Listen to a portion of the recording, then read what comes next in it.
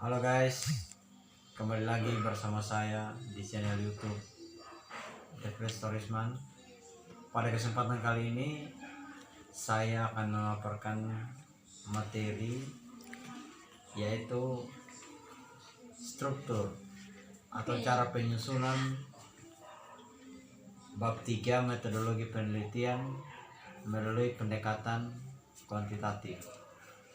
Sebelumnya perlu kita ketahui bersama di dalam struktur metodologi penelitian itu sendiri, khususnya pada pendekatan kuantitatif itu ada beberapa poin.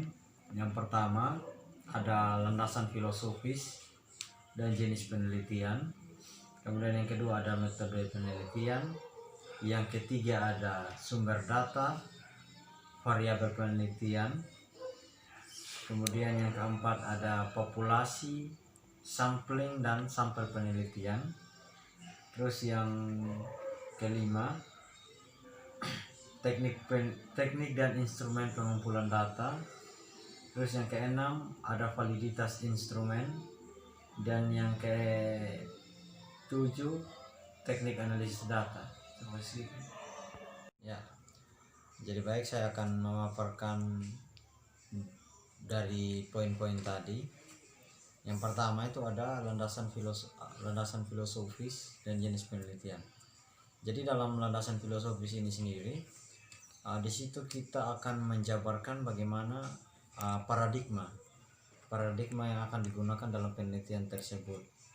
Kemudian kita akan menentukan juga pendekatan apa yang kita akan lakukan sampai kepada bagaimana nanti cara kita mengumpulkan data atau sampai tahap penyelesaian dari penelitian kita.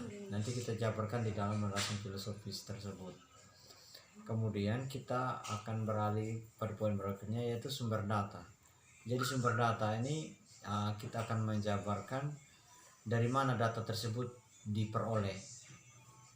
Ya, secara umum ada dua poin atau ada dua jenis data. Di sini ada data primer dan data sekunder. Kemudian yang berikutnya ada variabel penelitian. Jadi dalam variabel penelitian ini kita akan tahu apa yang menjadi titik perhatian atau titik fokus kita dalam penelitian itu sendiri. Misalnya kalau kita berbicara tentang kemiskinan, variabel apa nanti yang menyebabkan kemiskinan itu bisa terjadi, contohnya seperti itu. Nah, kemudian yang kedua ada sumber data, jenis dan sumber data. Nah, sumber data tadi seperti yang sudah dikatakan tadi, ada data primer dan data sekunder.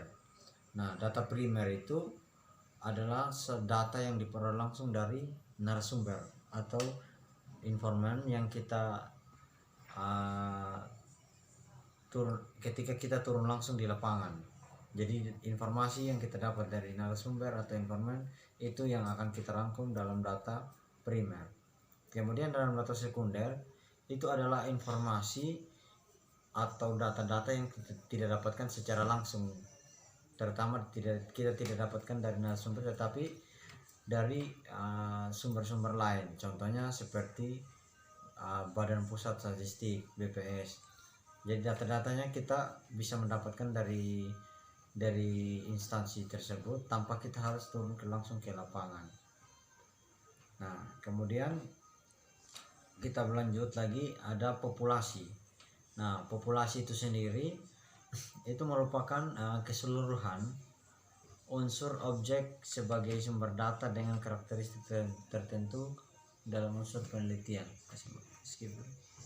Berikutnya ada itu merupakan teknik atau cara pengambilan sampel yang dilakukan oleh peneliti jika peneliti menemukan atau memiliki pertimbangan-pertimbangan tertentu di dalam pengambilan sampelnya. Kemudian ada sampel penelitian. Jadi sampel penelitian itu mewakili dari populasi yang diteliti. Nah, berikutnya ada teknik dan instrumen pengumpulan data. Jadi teknik pengumpulan data itu adalah prosedur yang sistematik dan standar yang digunakan oleh peneliti untuk memperoleh data yang diperlukan.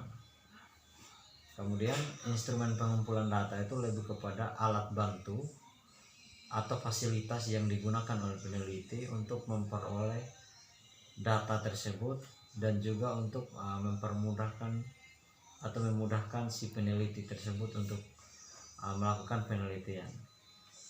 Nah, kemudian kita akan beralih pada teknik pengumpulan data penelitian, khususnya penelitian kuantitatif. Yang pertama itu ada observasi kuantitatif. Jadi observasi kuantitatif ini merupakan metode pengumpulan data yang digunakan oleh peneliti melalui pengamatan di lapangan melalui objek-objek penelitian yang dilaksanakan secara langsung maupun tidak langsung. Nah, kemudian selain tadi observasi, yang kedua ada angket atau kuesioner. Jadi peneliti bisa menggunakan kuesioner untuk dapat mengumpulkan data. Kemudian ada dokumentasi atau pengambilan gambar di lapangan. Yang kemudian yang terakhir itu ada materi audio dan visual ya, bila diperlukan. Nah, kemudian setelah tadi mengenai teknik pengumpulan data dan penelitian terutama dalam penelitian kuantitatif, kita akan beralih pada validitas instrumen atau valid. Nah, jadi dalam validitas instrumen ini disitulah data kita akan diuji apakah data yang kita kumpulkan ini valid atau tidak, lebih tepatnya layak dikatakan atau layak dijadikan sebagai suatu karya ilmiah.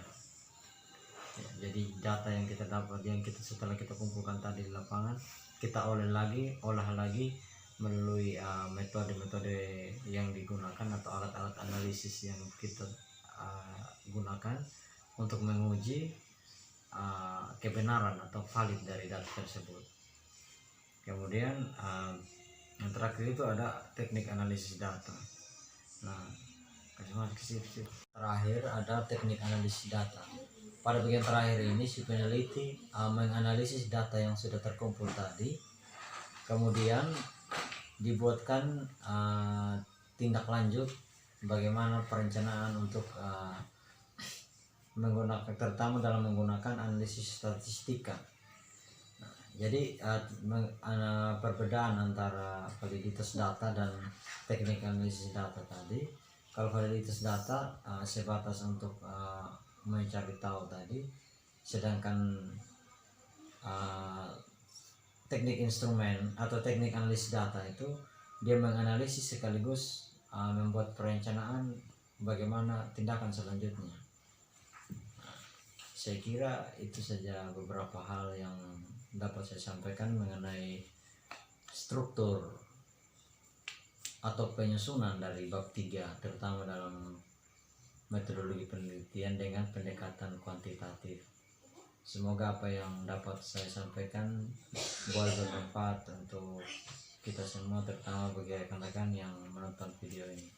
Sekian dan terima kasih.